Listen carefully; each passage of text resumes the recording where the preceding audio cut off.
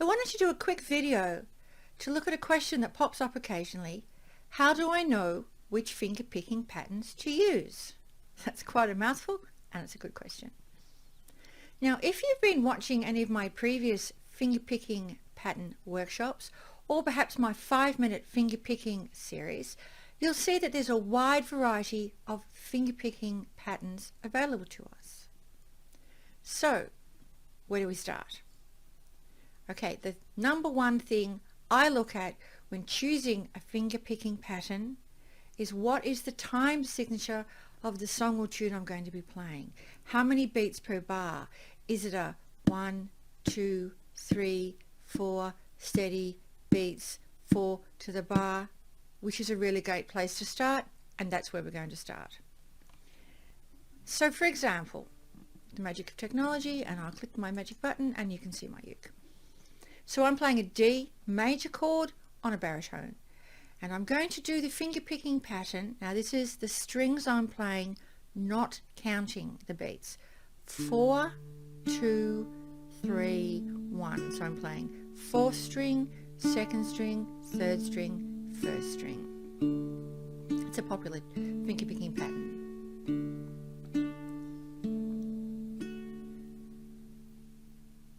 So then, if we're playing 4 beats to the bar and we're plucking 4 strings in an even way, that works well. Now if I was to use this in a chord progression, for example, I'm going to be using D major, G and C. It's going to sound a little weird, but bear with me. So my D, my G, C, D.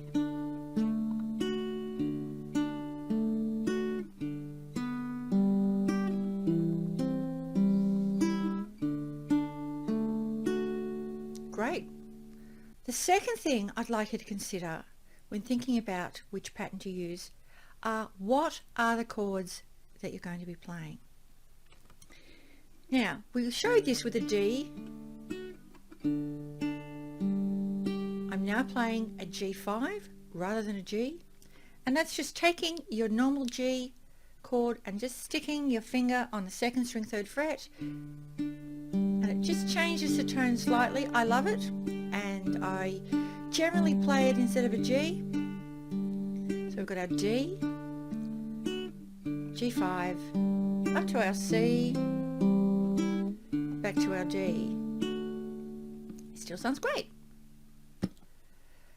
We might decide, hey, I saw this pattern in one of your workshops that is basically you only play 3 strings per bar. Can you tell me again how that works? Absolutely. So we're taking our 4, 2, 3, 1 pattern, and we're not playing the one. We're going to have a rest or play nothing. So that would give us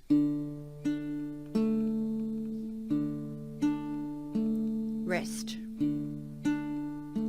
rest, rest, rest. So then to play our little chord progression, D, G5, C, G, D, sorry, D, G5, it's been a long day, C, D. And that sounds really nice too. Now, we're looking at our music and we're thinking, there's something very interesting coming up. I like the look of this. And we're going to play D, D suspended 4, back to D. Now what I'm doing is I'm playing my D for the suspended 4. I'm taking my little finger and I'm just tucking it underneath onto the 1st string of the 3rd fret.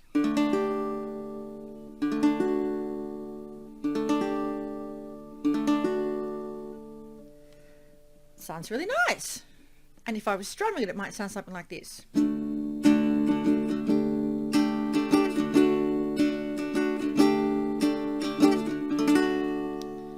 So that's just to give you a taste of the flavour that that chord gives us.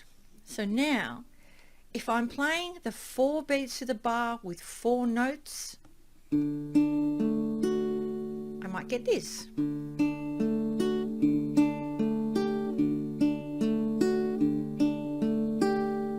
Which is great, and I really like that pattern. However, if you'd already decided that you were going to play the entire song with the pattern that only plays 3 strings,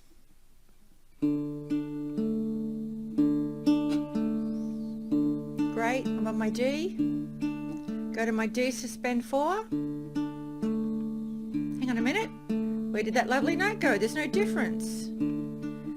And that's because the difference is on the first string and we're not playing it. So you're really wasting the opportunity to hear that lovely suspended 4th chord. So how do we get around this? Well, you've got a couple of options. You can move the chord or you can change the pattern. Now, I often like to play what's called open chords, or chords that are down here that contain open strings, when I'm finger picking, because I just think it's a really, really lovely sound. However, I could play my D up here. I think that's where it is, and I'm a bit rusty, but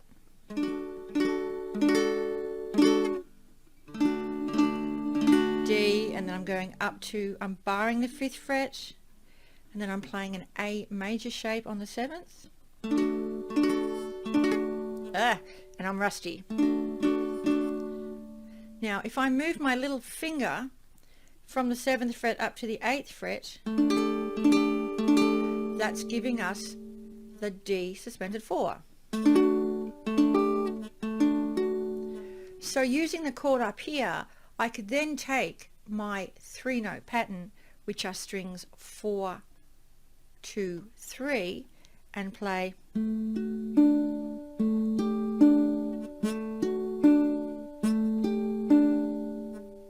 So there's your other option. Now, I haven't spent a lot of time playing bar chords up this high, and I do prefer the open chords down here, especially for the suspended 4. So what I might thinking about doing is modifying the pattern and going from 4, 2, 3 to 4, 1, 3. Rest. Rest, rest, and then that would give us, and there's our suspended note back again.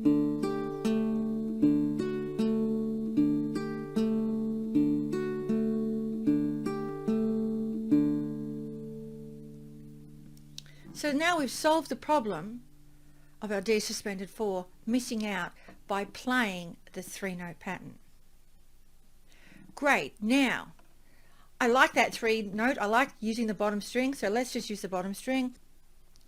This time, I want to play G, G5, G. Now, it's a very subtle change, but if I'm picking it, you can hear it more. So first of all, trying the 4 notes. Back to my G. G5,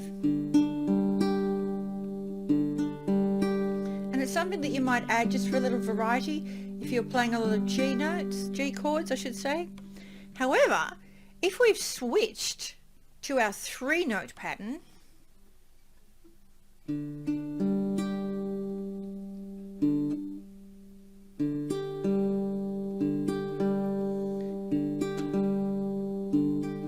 which is 4, 1, 3, then it makes no difference if I'm playing G or G5, because all of a sudden we're not playing the 2nd string. So I need to be playing the 2nd string.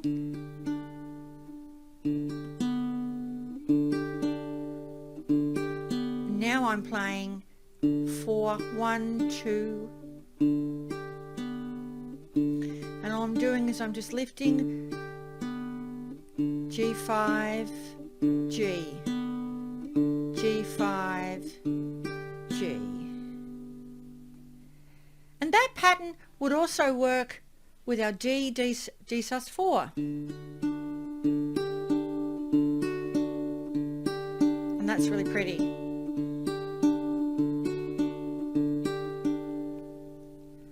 Great. So how's that going to work with our C?